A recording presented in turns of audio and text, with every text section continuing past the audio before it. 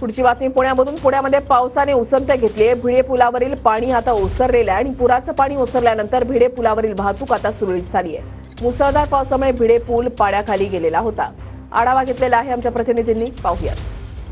शहरातील बाबा भिडे पुलावरचं पाणी आता पूर्णपणे ओसरलेलं पाहायला मिळते आणि भिडे पुलावरची वाहतूक देखील आता सुरळीत जी आहे ती झालेली पाहायला मिळते। खरं तर धरण साखळी क्षेत्रात मोठा पाऊस जो आहे तो खडकवासला धरण साखळी क्षेत्रात झाला होता आणि त्यानंतर खडकवासला धरणातून पाण्याचा मोठ्या प्रमाणात विसर्ग जो आहे तो मुठा नदीपात्रात करण्यात आला होता आणि धरणाची सगळी दरवाजे जे आहेत ते गेल्या 2 दिवसात उघडण्यात आली होती। आता मात्र पाऊस थांबल्यामुळे खरं तर विसर्ग पाण्याचा जो आहे तो बंद करण्यात आलेला आहे आणि त्यामुळेच भिडे पूल आणि शहरातला जो नदीपात्र आहे मुठा नदीचा तिथलं पाणी पूर्णपणे ओसरलेलं आहे आणि आता वाहतूक देखील या सगळ्या परिसरातली जी आहे ती सुरू करण्यात आलेली आहे। कॅमेरा पर्सन तुषार ननावरेसह अभिजित पोते, TV9 मराठी, पुणे।